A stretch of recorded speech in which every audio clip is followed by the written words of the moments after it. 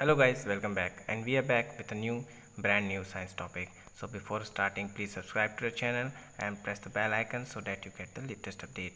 So let's get into the point. So today's topic is new pathway to regulate nitrate absorption in plants.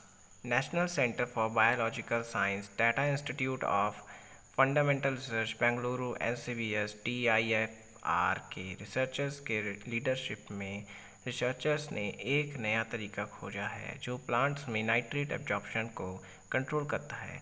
Gene mats 27 जो nitrate absorption, root development और stress tolerance को control करता है।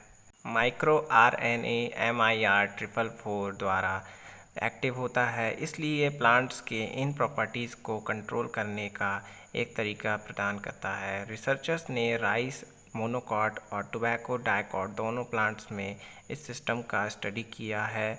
यह research journal of experimental botany में publish हुआ है। Nitrogen एक प्लांट के डेवलपमेंट के लिए एसेंशियल वेरी इंपॉर्टेंट मैक्रोन्यूट्रिएंट में से एक है। यह दूसरों के बीच क्लोरोफिल, अमीनो एसिड और न्यूक्लिक एसिड का एक पार्ट है।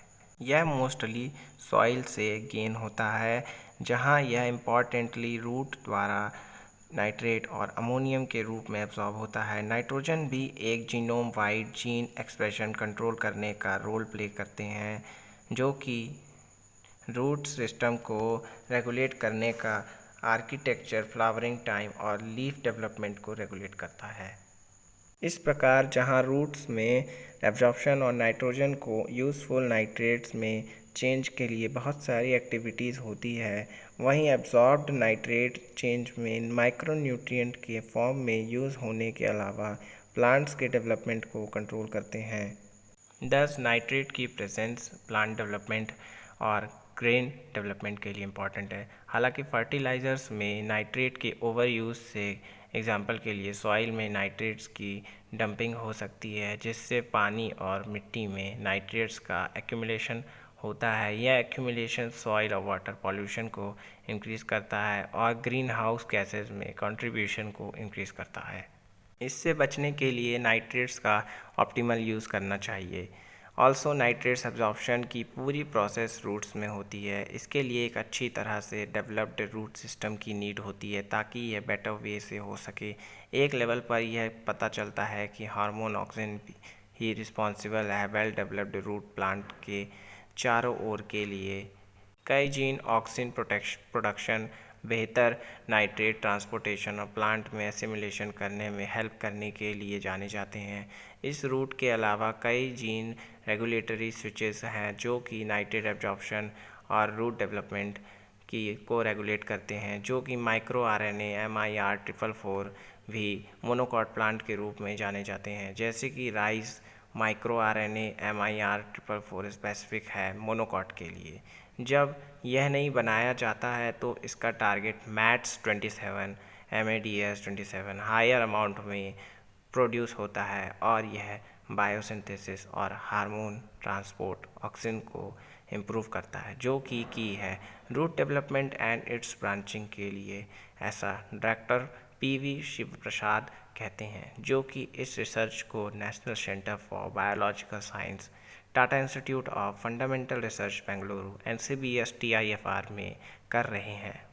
यह रेगुलेटरी MIR 444 स्विचेस जाना जाता है टर्न ऑफ करने के लिए एटलीस्ट 5 जीन्स को, जिन्हें mats box transcription factor gene कहते हैं। मैट्स बॉक्स ट्रांसक्रिप्शन फैक्टर की स्पेशलिटी यह है कि यह फंक्शन करते हैं स्विच बॉक्स की तरह। खुद के वे अपने फेवरेट स्पेसिफिक DNA सीक्वेंस से बाइंडेड होते हैं और नेबरिंग जीन्स को स्विच ऑन रखते हैं। रिसर्चर्स ने मैट्स 27 नेम्ड MIR 444 के एक टारगेट जीन का स्टडी किया है, जो कि एक ट्रांसक्रिप्शन फैक्टर है जिसका पहले अच्छी तरह से स्टडी नहीं किया गया है। उन्होंने पाया है कि इस ट्रांसक्रिप्शन फैक्टर का प्लांट्स पर 3 प्रॉन्ज्ड इफेक्ट यानी 3 आयामी प्रभाव पड़ता है। सबसे पहले यह इस प्रोसेस में शामिल प्रोटीन को स्विच ऑन करके नाइट्रेट एब्जॉर्प्शन को कंट्रोल करता है। दूसरा, यह ऑक्सिन हार्मोन के प्रोडक्शन एंड ट्रांसपोर्टेशन को रेगुलेट करके रूट्स के बेटर डेवलपमेंट की ओर ले जाता है। फाइनली और कुछ हद तक रिसर्चर्स के सरप्राइजिंग रूप से यह मेन स्ट्रेस प्लेयर प्रोटीन को ऑन रखकर एबायोटिक स्ट्रेस टॉलरेंस में हेल्प करता है। यह नई फाइंडिंग है 3 pronged इफेक्ट के साथ, और यह प्रोवाइड करता है alternate means of regulating and optimising nitrate absorption, ऐसा डॉक्टर शिवा प्रसाद कहते हैं। डाइकॉट प्लांट में भी इसका टेस्ट करना चाहते हैं। रिसर्चर्स ने टोबैको के प्लांट पर भी स्टडी किया। दे रियलाइज्ड MADS27 3 फैक्टर्स में सुधार करने के लिए वर्क करता है: नाइट्रेट एब्जॉर्प्शन, रूट डेवलपमेंट और स्ट्रेस टॉलरेंस, RNA एनालिसिस की हेल्प से। और यह पता लगाने के बाद कि ट्रांसक्रिप्शन फैक्टर जीनोम के किस पार्ट को बाइंड करता है, ऐसा डॉक्टर शिव प्रसाद एक्सप्लेन करते हैं। According to researchers, gene MADS27 एक एक्सीलेंट कैंडिडेट के रूप में सामने आया मॉडिफाई करने के लिए नाइट्रोजन यूज़ एफिशिएंसी को डेवलप करने के लिए, जो कि कुछ है प्लांट्स के ज़्यादा नाइट्रेट को एब्जॉर्ब करने के लिए और एबायोटिक टॉलरेंस को इंजीनियर करने के लिए। उन्होंने आगे कहा, जीनोम एडिटिंग की हेल्प से MADS27 एक्सप्रेशन को टिंकरिंग करना नेक्स्ट स्टेप है, ताकि सिंथेसाइज्ड प्लांट डायरेक्टली यूज़ करने के लिए एक्सेप्टेबल हों। इस स्टडी का लार्ज गोल यह समझाना है कि कैसे एपिजेनेटिक एक इम्पॉर्टेंट रोल प्ले करता है एक्सप्रेशन को ऐसे इम्पॉर्टेंट जीन के लिए। सो अभी के लिए इस टॉपिक पे इतना ही गाइस, और आप सब्सक्राइब कर दीजिएगा जाने से पहले। Thanks for watching.